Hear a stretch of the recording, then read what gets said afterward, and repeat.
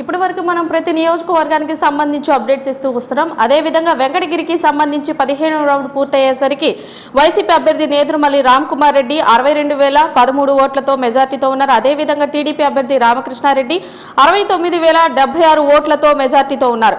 ఇక వెంకటగిరి అసెంబ్లీలో 15వ రౌండ్ పూర్తయినప్పటికీ టీడీపీ మొత్తం ఆధిక్యం 6,973 ఓట్లుగా ఉంది. ఇక సోమిరెడ్డి విషయానికి వచ్చినట్లయితే సోమిరెడ్డి దూసుకుపోతున్నారనే చెప్పొచ్చు. ఇక 16వ రౌండ్ పూర్తయ్యేసరికి టీడీపీ అభ్యర్థి సోమిరెడ్డి చంద్రమోహన్ రెడ్డి 12,143 ఓట్ల మెజార్టీతో ముందంజలో ఉన్నారనే చెప్పాలి. ఇక హిందూపురం ఎమ్మెల్యే బాలకృష్ణకి ఇక తిరుగులేదనే చెప్పాలి. అది హిందూపురానికి సంబంధించి ఆయన కంచుకోటగా చెప్పుకోవచ్చు. ఇక వివరాల్లోకి వెళ్ళినట్లయితే టీడీపీకి హిందూపురం కంచుకోటగా కూడా మనం చెప్పుకోవచ్చు. హిందూపురం మొదటి నుంచి టీడీపీకి కంచుకోటే. తరపున ఎవరు పోటీ చేసినా ఇక్కడ గెలుపు పక్కా. ఇక అభ్యర్థులను చూడగా ఇక్కడ సింపుల్ గా మాత్రమే చూస్తారు. హిందూపురం నియోజకవర్గంలో నందమూరి ఫ్యామిలీని ప్రజలు వరుసగా గెలిపిస్తూ వస్తున్నారు. ఇప్పటి వరకు నందమూరి కుటుంబ సభ్యులే 6 సార్లు విజయం సాధించారు.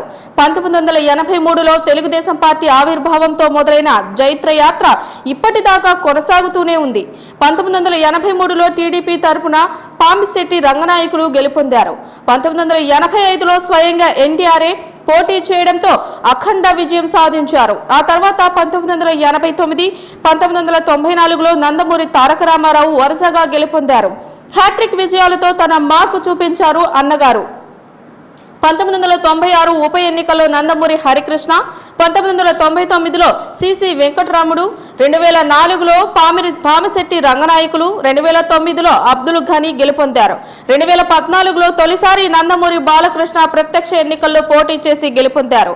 2019లోనే అక్కడి నుంచే పోటీ చేసి 18,028 ఓట్ల తేడాతో గెలుపొందారు బాలయ్య. రాష్ట్రమంతటా వైసీపీ వేవ్ ఉన్నప్పటికీ హిందూపురంలో మాత్రం నందమూరి బాలకృష్ణనే ప్రజలు గెలిపించారు. హిందూపురంలో ముచ్చటగా 3వ సారి బరిలోకి దిగారు నందమూరి బాలయ్య. ఇప్పుడు కూడా ఆధిక్యంలో కొనసాగుతున్నారు.